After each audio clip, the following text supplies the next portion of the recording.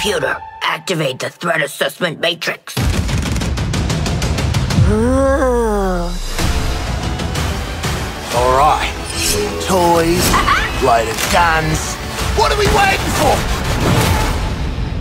We can work with that. Hi, I'm Darius Sadigian, studio director at Rocksteady Studios. In our last episode, we talked about how Suicide Squad Kill the Justice League allows players to customize each character and their playstyle through story-driven mechanics. Man, if you gave me 5 minutes in there, you'd have the world's authority on microtech and all my inventions. Aw, he's so sweet. He's not gonna make it. The Suicide Squad gave us the scope, the narrative, gameplay, and then the idea of being able to expand that, be able to take this further.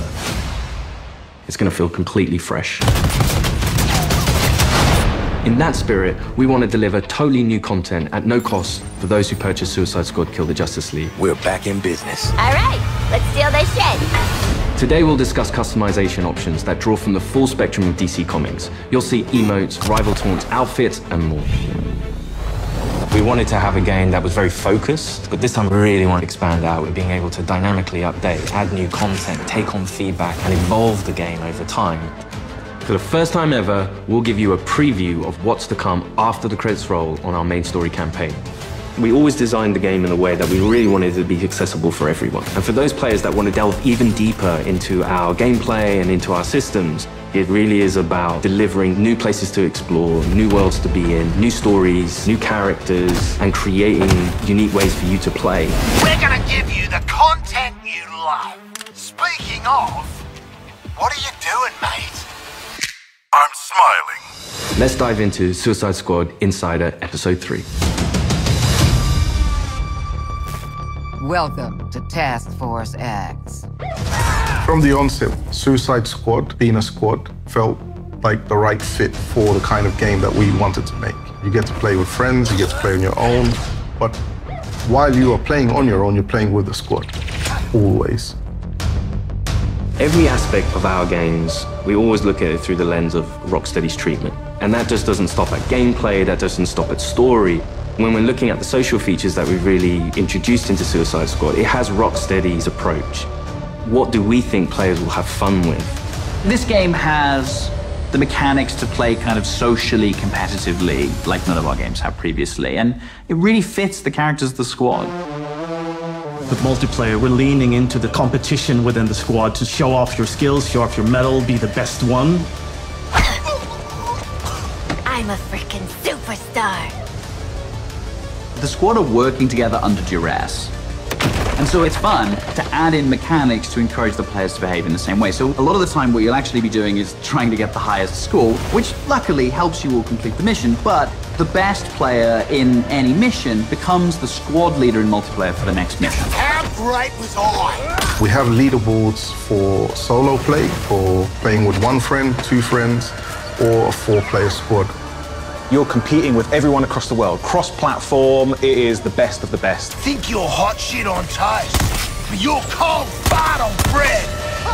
Did you see that? Tell me you did. I was like, how do you like that? Precisely. Outstanding!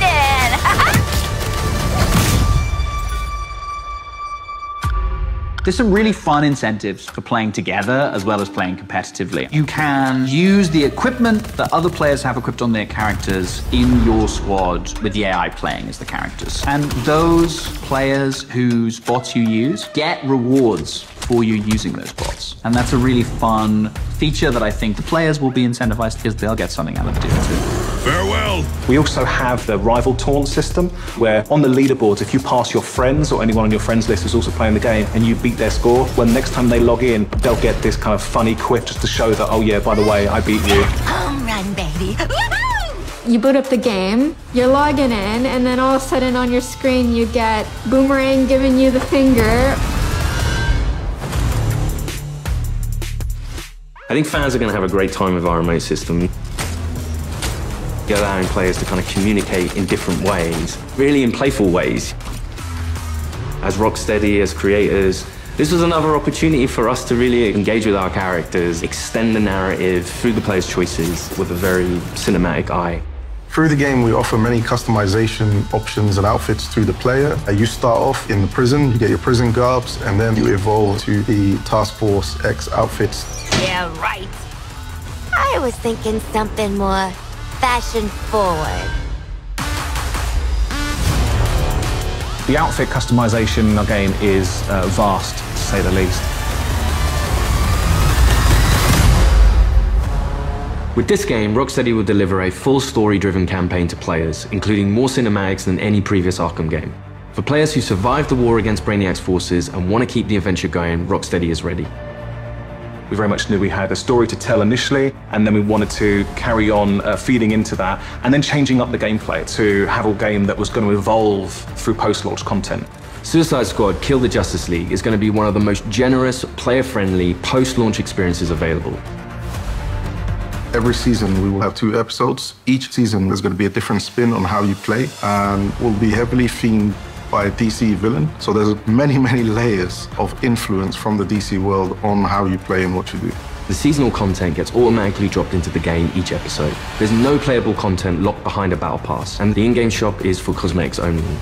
You'll always be able to go back and play the episodic content. If you want to come back 6 months from now, that'll always be there. This is a totally player-friendly approach to letting you play the content you want to play when you want. The DC universe is massive, and in most games, you can only see or explore a tiny, tiny piece of it. But what's really cool about the narrative of Kill the Justice League is there's almost no limit on where we can go. Celebrating before the game is over. In his pursuit of trying to recreate his perfect Colu, Brainiac has been experimenting with some of our favorite DC characters' DNA, creating new worlds in alternate realities. It's these worlds that we call Elseworlds.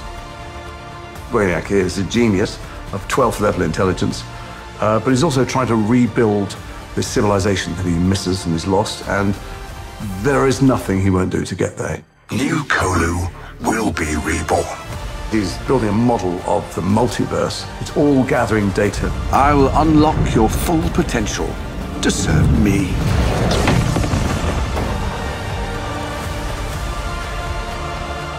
There's different versions of everybody in different universes, and their timelines have just diverged at some point. We've got lots of amazing characters coming up in seasonal play that I'm really excited for players to meet. And the Elseworld Principles gives us lots of flexibility and lots of room to put our own spin on them.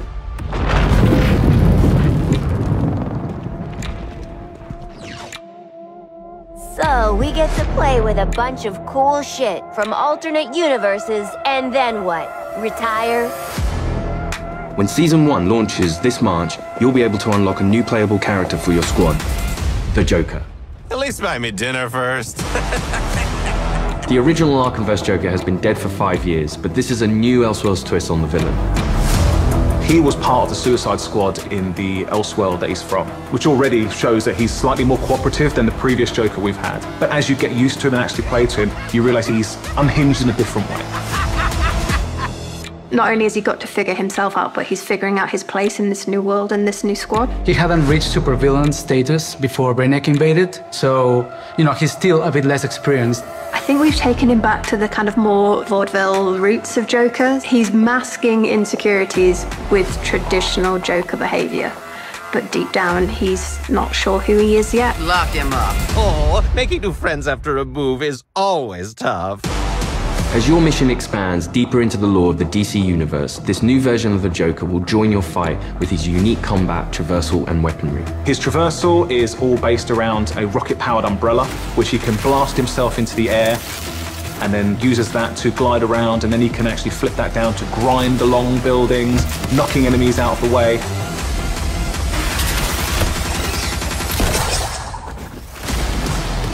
And the kind of frantic, vertical and horizontal energy that he has means you've always got to be moving and always attacking the enemies.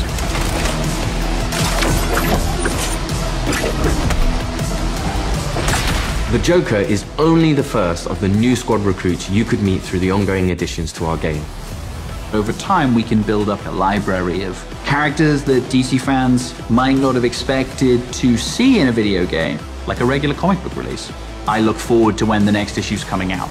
And in the same way, I hope people will look forward to the next episode from us. Whatever it is, I'm down. New environments, new characters, missions, challenges, gear, and more. All of this free content comes for players who own the game. We can't wait for you to see what the future holds.